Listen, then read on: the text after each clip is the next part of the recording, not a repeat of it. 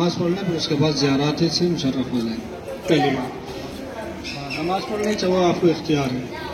پھر دوسری بات یہ ہے کہ کھانا بابا جی بتا رہے ہیں کھانا ادھر ہے، یہاں سے نماز کے بعد فوراً آپ وہاں چلے جائیں تاکہ کھانا کھانے کے بعد سیدھے سامرہ چلیں گے اور پھر انشاءاللہ تعالی سامرہ سے ہوتے ہوئے کاظمین جسے بغداد کہا جاتا ہے وہاں پر ہم تشریف لیں گے. تو یہ سلسلہ جاری رہتا ہے. انسان کی زندگی کا ایک دور ایک سلسلہ جاری رہے کہ اس کی سانسیں چل رہی ہیں، وہ ادھر سے ادھر جا رہا ہے، ادھر سے ادھر کر رہا ہے. تو میں یہ سمجھتا ہوں کہ اللہ تعالیٰ نے انسان کے کاندھوں پر دو فرشتوں کو بٹھایا ہوا ہے کرامن کاتبین کے جو لکھنے والے ہیں.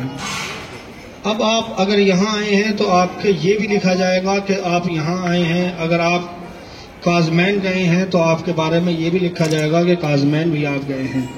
ان کا مختصر تعارف یہ ہے کہ زیارت میں لکھا ہوا ہے السلام علیکم یا جعفر، السلام علیکم اے سید محمد ابن علی الحادی. یہ امام ہیں، امام کے بیٹے امام زادے. ان کا نام سید محمد ہے. یہ شہر بلد میں ان کا مزار واقع ہے. سید محمد کی اگر برکات کی بات کی جائے اور ان کی زندگی کو اگر پڑھا جائے تو سید محمد 10ویں امام علی نقی علیہ السلام کی کے صاحبزادے، فرزند، شہزادے، امامزادے، اور یہ امام حسن عسکری علیہ السلام جن کا مزار سامرہ میں ہے ان کی بھائی ہیں.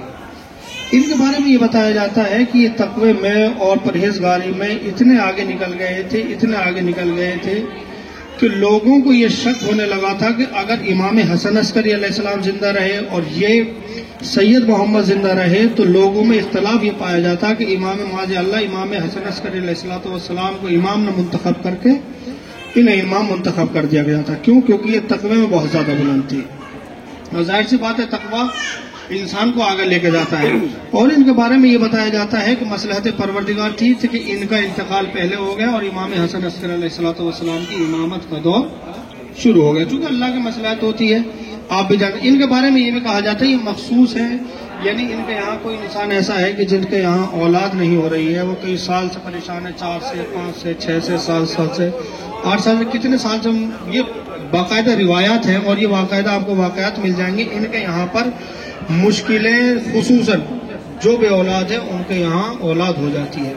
ان کی شرط و شرائط یہ ہے کہ آپ اندر جائیں گے تو آپ کو منت ماننے کے کچھ طریقے ہوتے ہیں کہ میں منت مانتا ہوں قربتاً اللہ. منت میں اللہ نے یہ قید لگائی ہے، اللہ نے یہ شرط لگائی ہے جب آپ منت مانے تو اس میں یہ شرط لگائے کہ جو آپ کے اختیار میں ہے وہ آپ کر سکتے ہیں.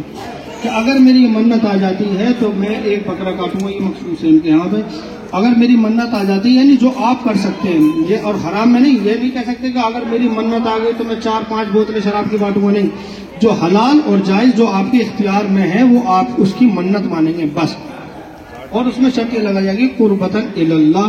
اگر میرے یہ کام انجام ہو جاتا ہے تو میں یہ فلاں کام کروں گا اللہ کے لیے. ان کی نیت ہو جائے گی، یعنی یہ نیت میں شریک ہو جاتی ہے. تو آپ یہاں سے دعائیں مانگیں، آپ جو منت ماننا چاہیں یہاں سے مانگیں، لیکن مخصوص ہی اولاد کے لیے، صاحب اولاد نہیں.